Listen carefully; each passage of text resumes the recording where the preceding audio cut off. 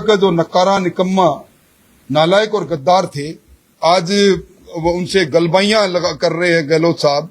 मैं समझता हूं कि निश्चित तौर पर जब वो देख रहे हैं कि डबल इंजन की सरकार की गति इतनी तेज है कि कांग्रेस के फचरके उड़ रहे हैं, कांग्रेस को मुद्दे नहीं मिल रहे, 1.5 साल के अंदर कांग्रेस कोई कारागार आंदोलन खड़ा नहीं कर पाई। कांग्रेस ने कई बार आंदोलन करने की कोशिश की, चाहे जिले समाप्ति की बात पर हो, चाहे दूसरे मुद्दों पर हो, पर जन समर्थन उन्हें नहीं मिल रहा। इस परियोजना में अलग अलग कई बांध बनेंगे और ये कह सकता हूँ कि ये भी हमारे राजस्थान की कृषि की अर्थव्यवस्था में बहुत बड़ा एक मील का पत्थर साबित होगा। केंद्र सरकार राजस्थान और हरियाणा के अंदर संयुक्त डीपीआर बनाने के लिए समझौता हो गया। हरियाणा के चुनाव में कांग्रेस ने घोषणा पत्र में ये कहा था कि अगर कांग्रेस सरकार हरियाणा में बनती है तो यमुना जल समझौते को हम सिरे से खारिज करेंगे। पंजाब के अंदर कांग्रेस ने अपने चुनाव घोषणा पत्र में कहा था कि अगर कांग्रेस की सरकार बनेगी तो 1985 के उस समझौते को, जिसको लोंगेवाला अकॉर्ड भी कहते हैं, जिसमें हमें 8.6 MF पानी हमें मिलता है पौंग से, उसको हम रद्द करेंगे। 11 वर्ष पहले जो संकल्पों के साथ दुनिया के सबसे लोकप्रिय नेता नरेंद्र मोदी जी की अगुवाई में जो सरकार बनी थी, वो संकल्प सिद्धि तक पहुंच गए और हिंदुस्तान की तस्वीर और गरीब की तकदीर बदल गई। वर्ल्ड बैंक का अध्ययन यह कहता है कि देश के अंदर 27% लोग गरीबी की रेखा के ऊपर आ गए और हमारी अर्थव्यवस्था दुनिया की चौथी अर्थव्यवस्था बन गई। इस सिद्धि के अंदर ऑपरेशन सिंदूर, जिसने दुनिया के सामने बदले हुए हिंदुस्तान की तस्वीर रखी और एक बार दुनिया के सामने स्वाभिमान हिंदुस्तान ने बता दिया कि उस पर उसकी सरहद और जीरो टॉलरेंस आतंक के विरुद्ध में, उसकी नीति के विरुद्ध में अगर कोई देश काम करेगा तो उसको भुगतान करना पड़ेगा। हमने 22 अप्रैल को जो घटना हुई थी पहलगांव की, ऑपरेशन सिंदूर के 22 मिनट में उस आतंकवाद के 9 ठिकानों को नस्ते नबूद करके और पाक की सरहद में 170 किलोमीटर अंदर जाकर जो हिंदुस्तान की सेना ने किया, वो सब आपके सामने है। ऑपरेशन सिंदूर के अंदर प्रधानमंत्री जी ने एक बात कही थी, लहू और पानी अब साथ साथ नहीं बहेगा। 1960 का सिंधु घाटी समझौता, जिसको इंडस वाटर ट्रीटी कहते हैं, वो पहली बार हिंदुस्तान ने रद्द किया। 1960 के अंदर तत्कालीन प्रधानमंत्री जवाहरलाल नेहरू और अयूब खान के बीच में जब समझौता हुआ था, उस समय हमारे पूर्वी नदियां रावी, व्यास, सतलुज, इनका पानी हिंदुस्तान के पास और पश्चिमी नदियां सिंधु, चिनाब और झेलम, इनका पानी पाकिस्तान को देने की सहमति बनी थी। यानी कुल मिलाकर हिंदुस्तान के बेसिन के अंदर जो पानी था, जहां हिंदुस्तान के से जो उद्गम होने वाली नदियां थी, उसका 80% पानी पाकिस्तान को गया और साथ में वहां इंफ्रास्ट्रक्चर डेवलप करने के लिए पैसा भी गया। मैं ये बात इसलिए कह रहा हूं कि ये जो सिंधु जल समझौता रद्द हुआ है, इसके बड़े दूरगामी प्रभाव राजस्थान की अर्थव्यवस्था पर पड़ने वाले हैं। इसका सबसे ज्यादा फायदा राजस्थान, पंजाब, गुजरात और जम्मू कश्मीर को होगा। हमारे पास आप सबको मालूम है कि इंदिरा गांधी नहर परियोजना में 649 किलोमीटर मुख्य नहर बनी हुई है, 108 किलोमीटर हमारी लेफ्ट कैनाल है और हमारा कमांड एरिया जो इंफ्रास्ट्रक्चर के आधार पर था वो 19,63,000 लाख हेक्टर था। परंतु बीच में गढ़साना का आंदोलन हुआ और उस समय फ्रीज कर दिया था और सेकंड फेज के अंदर और कुल मिला के 16,17,000 हेक्टर इस इंदिरा गांधी नहर परियोजना से आज सिंचित क्षेत्र हमारा है। अब ये जो सिंधु घाटी समझौता रद्द हुआ है, इसके अंदर भारत सरकार ने जो फिजिबिलिटी रिपोर्ट तैयार की है, उसके अनुसार सिंधु और चिनाब इन दोनों का पानी अब रावी व्यास से हरिके के बैराज में डालने के लिए एक फिजिबल रिपोर्ट तैयार हो चुकी है। सिंधु नदी जल का जो सरप्लस वाटर है, जो हम रोकने के बाद हमें मिलेगा, वो रावी व्यास के माध्यम से जब हरिके के बैराज में जाएगा और उसके साथ ही चिनाब का पानी रावी व्यास सतलुज लिंक कैनाल, जिसको SYL कहते हैं, उसके माध्यम से हरिके बैराज में जाएगा। और आप सबको मालूम है कि हरिके बैराज से पानी पोंग डैम में, पोंग डैम से पानी इंदिरा गांधी नहर परियोजना में फिरोजपुर फीडर के माध्यम से। ये पानी जब सबसे पहले जिस सरहद में आ रहा है वो राजस्थान में आ रहा है, और इसके लिए प्रारंभिक तौर पर 200 किलोमीटर नहर और 12 सुरंग बनाई जाएगी। और सिंधु नदी बेसिन का पानी हिंदुस्तान उपयोग जब करेगा तो राजस्थान की अर्थव्यवस्था में बड़ा आमूल-चूल परिवर्तन आएगा। हरिके बैराज से पानी हरियाणा होता हुआ राजस्थान के IGNP सिस्टम में आएगा, और उसके साथ ही जो यमुना जल में जो समझौता हुआ है उसके अंदर भी ये पानी आएगा। मैं ये बात इसलिए कह रहा हूं कि इस राजस्थान की जो अर्थव्यवस्था है, जिसको 350 बिलियन डॉलर की अर्थव्यवस्था बनाने का संकल्प डबल इंजन की सरकार ने ले रखा है, आज राजस्थान की GDP के अंदर कृषि क्षेत्र का योगदान 2024-25 के अनुमान के अनुसार 26.92% है। ये 26.92% जो 3 परियोजनाएं ERCP यमुना का जल, इनके कारण से बढ़कर 27-28 तक 35% हो जाएगी, और हमारी 350 बिलियन की इकोनॉमी, 350 बिलियन डॉलर की इकोनॉमी राजस्थान की बन जाएगी। इसके साथ ही मैं ये भी बताना चाहता हूं कि आपने इस बार बजट में भी देखा होगा कि हमारी GDP राजस्थान की किस गति से बढ़ रही है। हिंदुस्तान की अर्थव्यवस्था चौथी अर्थव्यवस्था बने, उसमें राजस्थान का बहुत बड़ा योगदान रहेगा। आज हमारी GDP प्रचलित मूल्य के दर पर 2023-24 के आधार पर 12.02% और स्थायी मूल्य पर 7.82% बढ़ी। ये प्रति व्यक्ति आय भी इस डबल इंजन की सरकार में इस छोटे से कालखंड में 11.04% बढ़ी। तो मैं ये निश्चित तौर पर इन आंकड़ों के आधार पर कह सकता हूं कि जो हिंदुस्तान 2028 में जो संकल्प ले रखा है प्रधानमंत्री जी ने, हमारी अर्थव्यवस्था जर्मन की अर्थव्यवस्था को पछाड़कर तीसरी अर्थव्यवस्था बने, ये निश्चित तौर पर इसमें बहुत बड़ा योगदान राजस्थान का भी रहेगा। दूसरा, जो सबसे बड़ा संकल्प से सिद्धि तक पहुंचाने में राजस्थान के किसानों की बहबूदी के लिए ये किया गया, वह है राम जल सेतु परियोजना ERCP, जिसके नाम पर 5 साल तक गहलोत साहब ने बहुत राजनीति की। आज 1.5 महीने में सरकार ने आते ही भजनलाल जी ने 28 जनवरी को PKC पार्वती काली सिंध चंबल के लिए मध्य प्रदेश से MOU किया। 17 दिसंबर को हमने देश के प्रधानमंत्री के करकमलों से उसका शिलान्यास हुआ।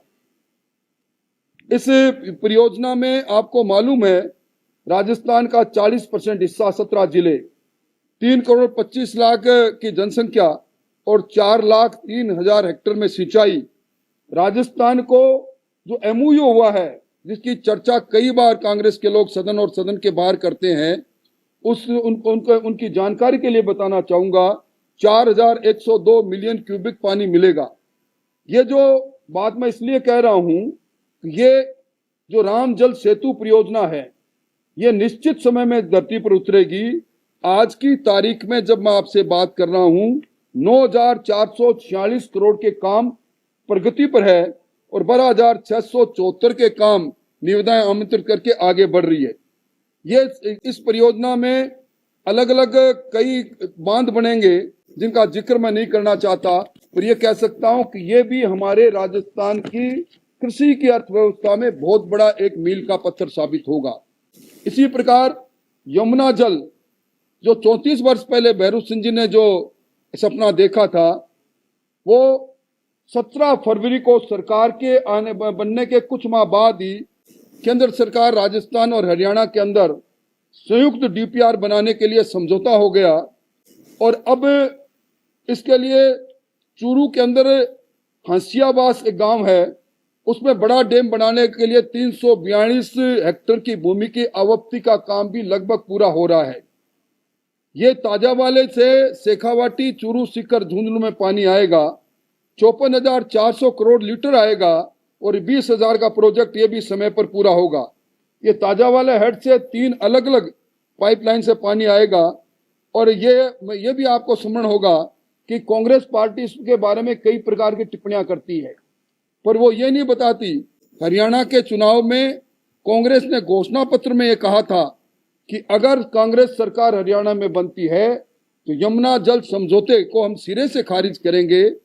और इसी प्रकार पंजाब के अंदर कांग्रेस ने अपने चुनाव घोषणा पत्र में कहा था कि अगर कांग्रेस की सरकार बनेगी तो 1985 के उस समझौते को, जिसको लोंगेवाला अकॉर्ड भी कहते हैं, जिसमें हमें 8.6 MA पानी हमें मिलता है पोंग से, उसको हम रद्द करेंगे।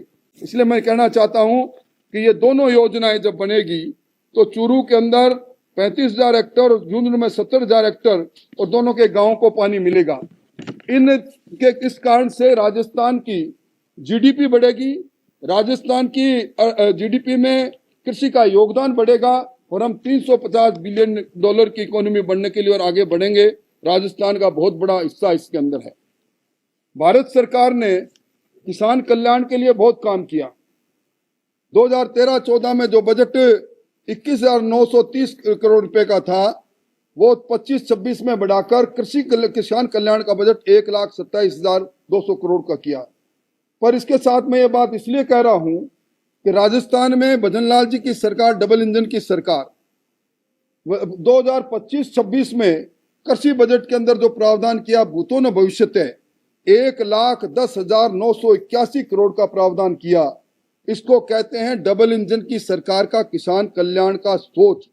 और विशेष तौर पर स्वामीनाथन आयोग की रिपोर्ट लागू होने के पश्चात जो एमएसपी का 1.5 गुना किसान को पैसा मिले, उपज का 1.5 गुना एमएसपी का पैसा मिले, इसकी जब बुनियाद रखी गई थी तो सबसे बड़ी बात जो है, जो 2013-14 में बाजरा जो हमारा कुल हिस्सेदारी 41.34% है राजस्थान की पूरे देश के अंदर, उसका 2013-14 में एमएसपी थी 1250, जो 2025-26 में बढ़कर आज 2775 है।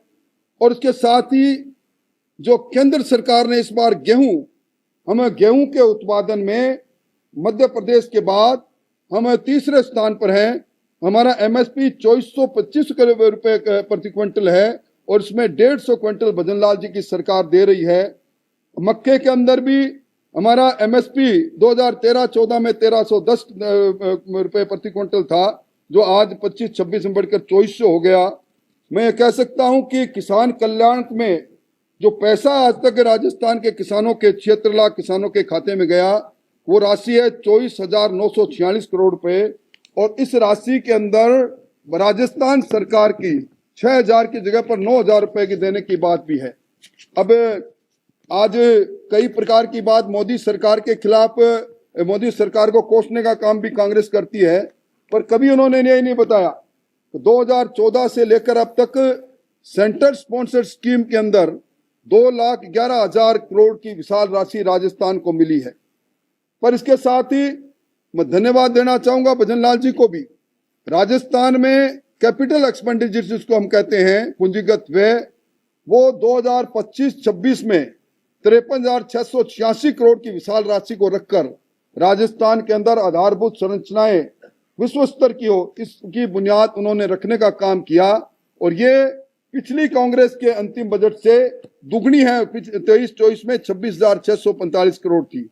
यह है राजस्थान का बदला हुआ स्वरूप।